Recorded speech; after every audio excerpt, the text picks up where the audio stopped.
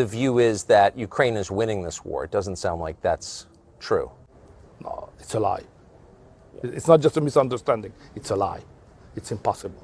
Everybody who's in politics and understand the logic, the figures, the data, no way.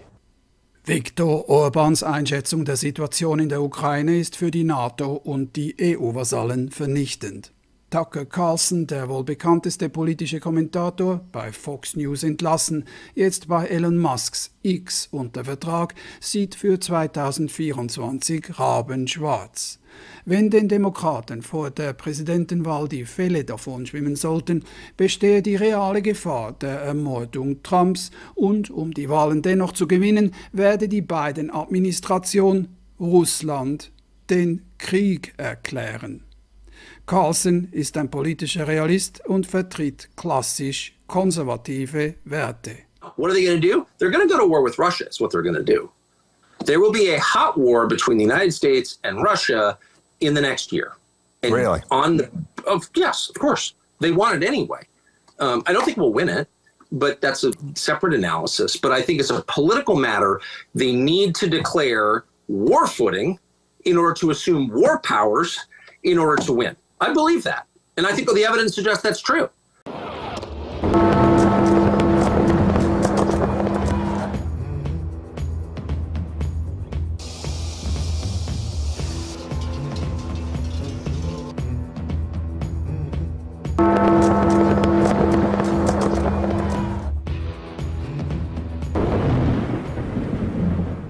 Hallo und grüezi. Je schriller der kollektive Westen die traurige Realität des unnötigen Blutvergießens in der Ukraine negiert und die Handlungen der vom Westen mit Kalkül benutzten ukrainischen Soldaten glorifiziert, desto krasser wird ersichtlich, dass der kollektive Westen mit seinen hörigen Kriegspropagandamedien im Schlepptau nichts unversucht lässt, um die Kriegslust aufrechtzuerhalten. Doch immer mehr westliche Bürger durchschauen dieses unheilvolle Ränkespiel. Was hat der kollektive Westen mit seinem irrwitzigen Ziel, Russland in die Knie zu zwingen und seine legitimen Sicherheitsinteressen zu ignorieren, unter Aufopferung von 400.000 getöteten ukrainischen Soldaten erreicht? Die Anhäufung eines riesigen Schuldenbergs, Russland-Sanktionen, die mit Bumerang-Effekt vor allem die EU treffen, eine bevorstehende Weltwirtschaftskrise, Inflation, Flüchtlingsströme, gebilligte Sprengung der Nord Stream Pipeline, eine völlig irrwitzig agierende Ampelregierung, die mutwillig den Industriestandort Deutschland zerstört, die Preisgabe der Schweizer Neutralität, ein immer lauter mehr Waffen schreiender Hofreiter, die von Bundesrätin Karin Keller-Sutter instigierte Integration der Credit Suisse Bank in die UBS mit 16 Milliarden Schweizer Franken vernichtetem Anlegervermögen und weltweitem Vertrauensverlust in den Finanzplatz Schweiz, Polarisierung der Welt in gute und böse Staaten und. Kurz, der Beginn des Zerfalls der hegemonialen US-Weltordnung. Was hat Russland erreicht? Die Stärkung der russischen Identität und nationalen Zugehörigkeit, Stärkung der russischen Wirtschaft, das Erwachen der vom Wertewesten immer noch ausgebeuteten afrikanischen Länder, die Erweiterung der BRICS-Organisation auf 11 Mitglieder, der Beginn des Zerfalls der US-Petrodollar-Leitwährung, Freundschaft zwischen Saudi-Arabien und Iran und. Kurz, das Entstehen einer multipolaren neuen Weltordnung, die rasend schnell Gestalt annimmt. Im Interview mit Tucker Carlson hören wir nun Ungarns Ministerpräsident Viktor Orbáns Einschätzung der Sachlage in der Ukraine.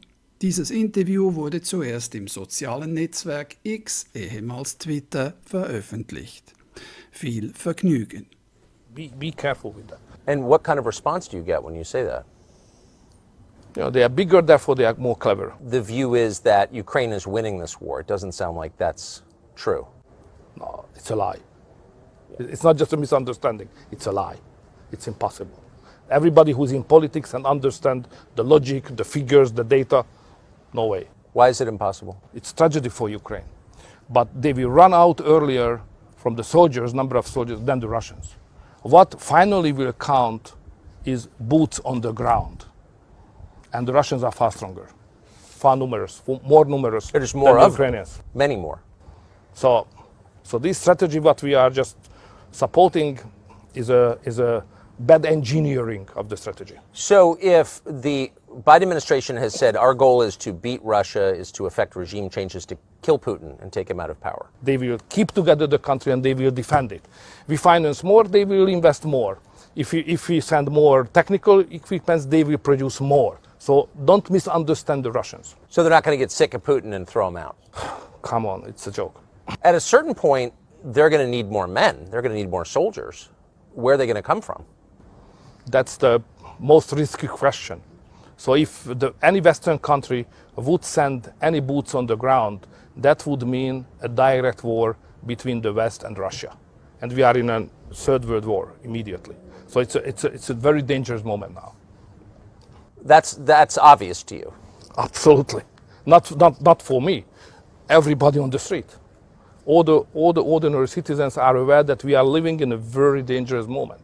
So the third world war couldn't knocking on our door. So we have to be very, very careful. And that's my message always to America as well at NATO summit. Be careful with that. And what kind of response do you get when you say that? You know, they are bigger, therefore they are more clever. So that's always the case. I have to ask you about Nord Stream. So it seems very obvious that the Biden administration blew up Nord Stream, either directly or through proxies. I've never heard anyone dispute that, really. How is Western Europe, and Germany in particular, the biggest NATO member in Europe, not saying anything about this? It seemed, that just crushed the German economy. Why don't they say a word about it? So when it has happened, we commented it as a terrorist attack. Yes. It was rejected in Germany and in the West. It was not a terrorist attack. It was something, you know. So that's a kind of evidence of lack of sovereignty. So if you were in charge of NATO, if you were, say, Joe Biden, what would your next move be in the war in Ukraine? What would you do? Peace immediately. Call back Trump. That's the only way out. We should make a deal with the Russians on the new security architecture to provide security, sovereignty for Ukraine, but not membership in NATO. If United States would like to have a peace, next morning there is a peace.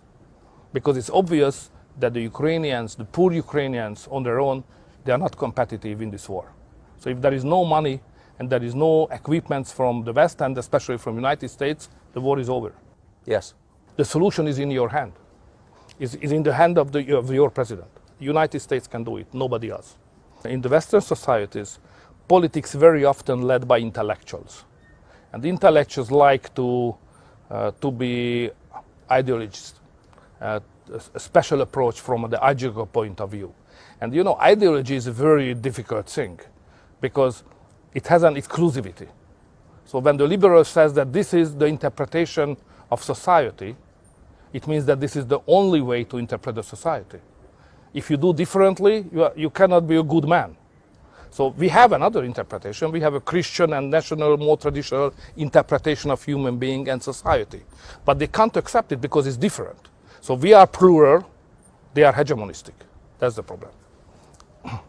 So the intolerance is baked in. It's part of... It's coming from the ideology. Absolutely. The liberal ideology, basically. Liberal originally meant freedom.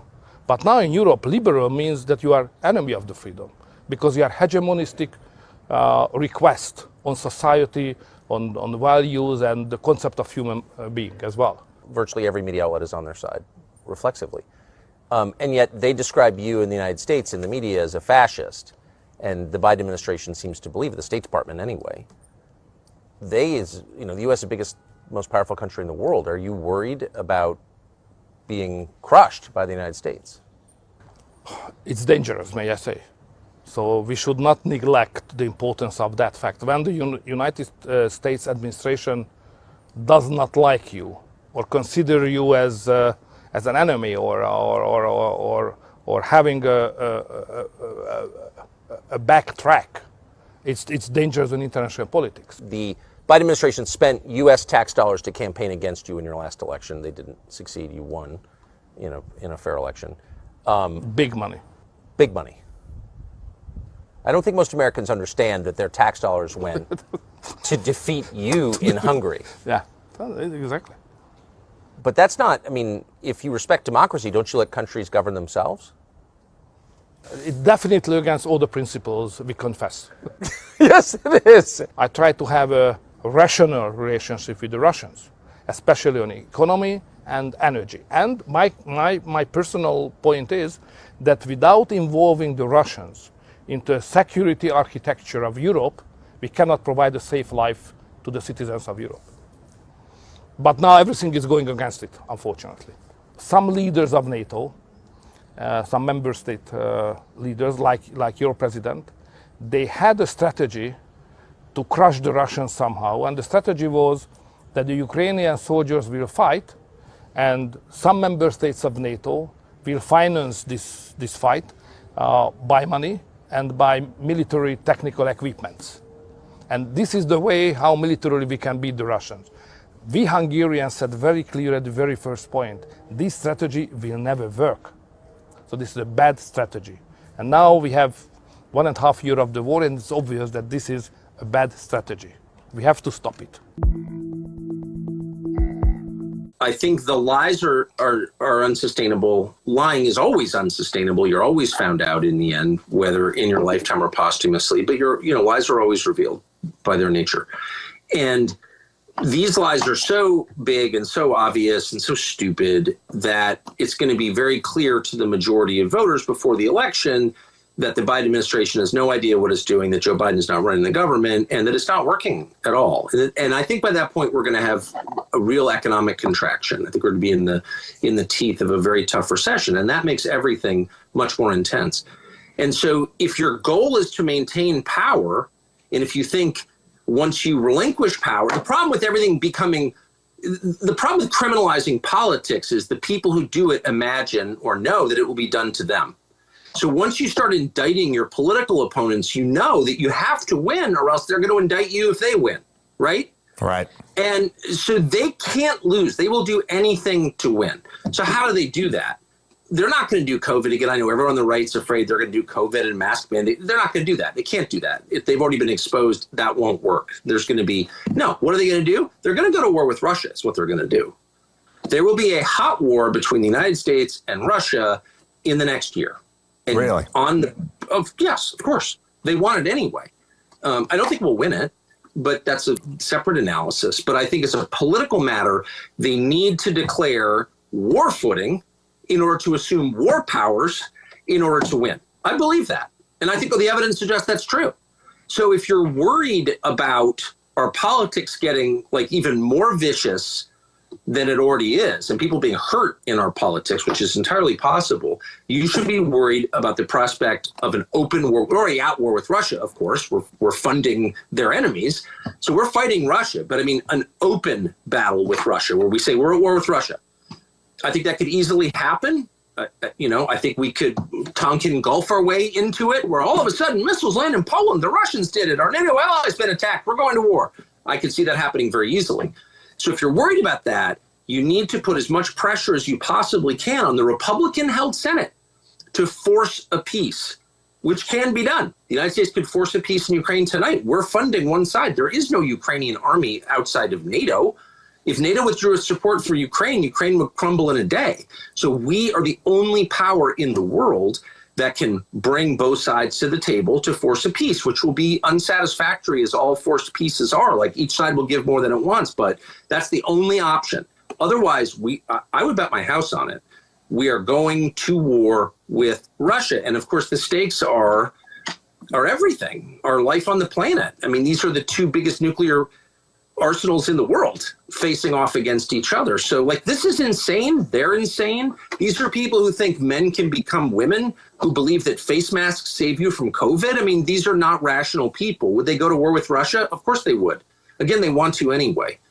And I don't know why Republicans don't get this at all, but they don't seem to get it. And meanwhile, Republican leaders, and Mitch McConnell's senile too, so I don't even blame him, but all this stupid Republican senators and McCarthy in the House, I mean, it's pathetic. These people are all on board with the war against Russia. Why? Someone needs to slap them awake.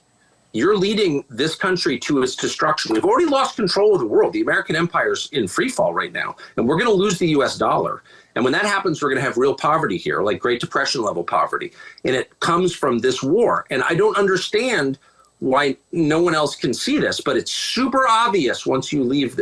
Spend a week in Europe and talk to smart people on both sides. Like, it doesn't matter what their politics are, and ask them, like, what effect do you think the war in Ukraine has had on American leadership in Europe? Dude, and by the way, Western Europe is our only reliable ally in the world. We only have one real ally, and that's Western Europe. And Western Europe is being destroyed by this. The German economy was crushed when the Biden administration blew up Nord Stream. I know nobody cares, but if you think like long term about this, they're really kicking the legs out from under this country in a way that is not possible to repair, at least in the short term. Ich freue mich über eure mit Bedacht gemachten Kommentare, euren Daumen hoch, wenn ihr dieses Video teilt, den Tell the Truth Swiss Kanal abonniert und die Glocke drückt, damit ihr kein neues Tell the Truth Swiss Video verpasst. Wissen ist Macht und ich wünsche uns Frieden über unseren Köpfen. Danke und bis bald.